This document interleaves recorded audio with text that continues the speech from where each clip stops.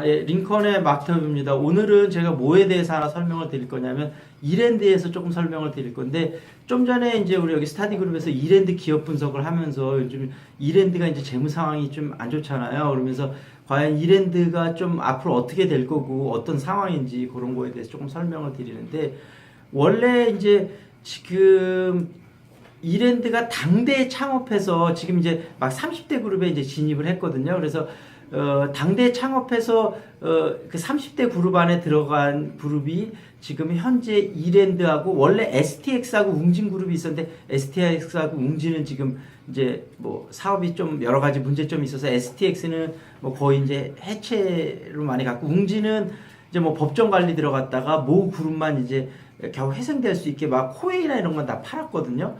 그런 상태인데, 이제 그런 부분에서 우리나라가 사실 어떤 부분에 좀 문제점이 있냐면, 우리나라가 기타 선진국에 비해서도 이런 당대 창업해갖고 되는 거가 굉장히, 그러니까 그만큼 사회 이동이 힘들다는 거거든요.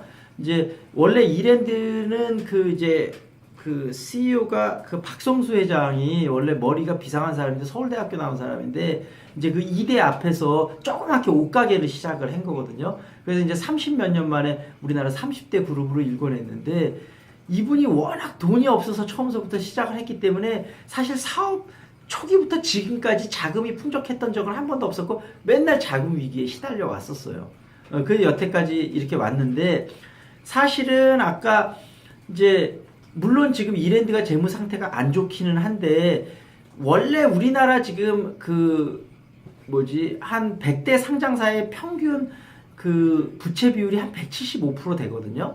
근데 원래 우리가 굉장히 재무 비율이 안정적이라고 얘기하는 건 100%예요. 그러니까 생각보다 내가 자산이 100조 있는데, 예를 들면 만약에 빚이 100조다, 자산이랑 빚이 같은 정도는 굉장히 우리가 재무 상태가 안정적이라고 생각하고, 전 세계적으로 좀 안정적인 비율이라고 생각하는 게 100% 정도예요. 근데 우리나라는 187%니까 상대적으로 상당히 높은 거죠. 근데 이게 엄청 낮아진 건데, 옛날에 우리나라가 IMF 위기 왔을 때 우리나라 500대 상장사의 평균 부채 비율이 570몇 %였어요.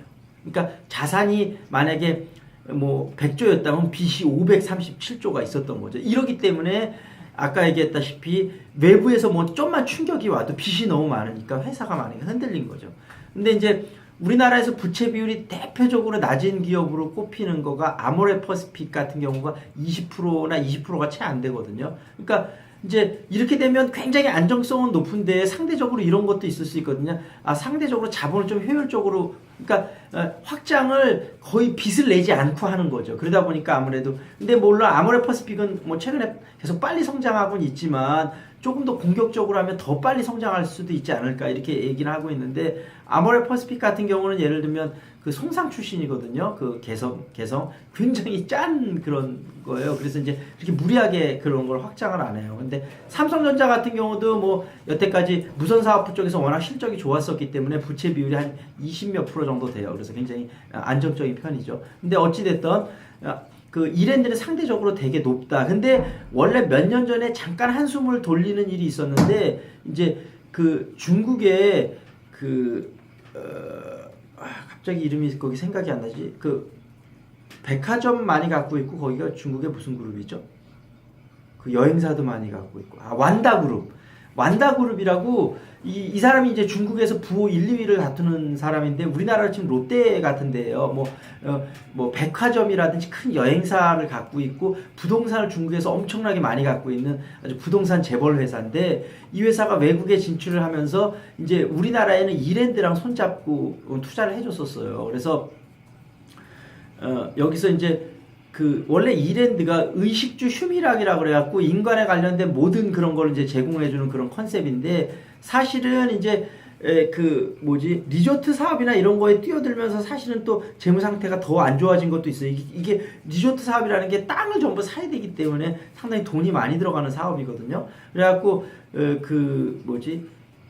완다그룹에서 리조트나라든지 이런 사업에 돈을 투자해 주기를 하면서 한숨 돌렸었거든요. 근데 이제 사실은 나는 좀 아쉬운 부분이 어떤 부분이 있냐면, 이제 물론 박성수 회장이 워낙에 이제 이랜드가 여태까지 자본이 없는 상태로 일했으니까 그렇지만, 대기업 중에서도 굉장히 급여가 짠 편이고 파타이머들을 제일 많이 고용해서 좀 노동자 근로자들을 많이 쥐어짜기로 유명한 기업이 롯데하고 이랜드거든요.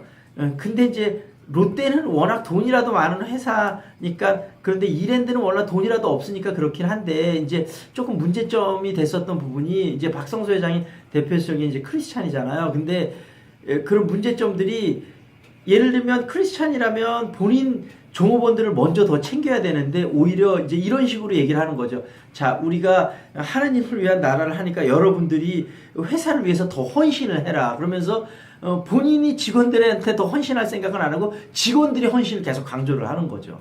그래서 우리는, 그러니까 그러다 보니까 직원들 사이에 불만이 높은 거예요. 아니, 왜 우리만 희생을 해야 되지? 이런 생각들이 자꾸 많아지는 거죠. 그래서 이제 그런 것들부터 시작해서 임금 체불 문제부터 시작돼서 이제 요즘 이제 그런 사회적인 이미지가 많이 깎였잖아요. 그러면서 이제 상장도 딜레이가 되고 그랬는데, 사실은 자금 상태는 예전서부터 계속 안 좋았기 때문에 조금 더 지켜봐야지 될 거는 같은데, 근데 워낙 여태까지는 그런 어려움 속에서도 꿋꿋이 잘 성장을 해 나왔고, 나름대로 가성비가 높은 제품으로 어떤 승부를 거뒀는데, 근데 앞으로는 조금 더, 왜냐면 이제 박성수 회장도 나이가 많고, 이제 또 박성수 회장하고 그 동생하고 여동생이 있거든요. 이제 두 명이 주로 이제 회사를 많이 유지를 하고 있는데, 어찌됐든 이랜드 그룹 내에 그 경영 전략팀이 있어갖고 상당히 똑똑한 애들을 많이 뽑았거든요. 주로 이제 서울대 연고대 출신으로 해갖고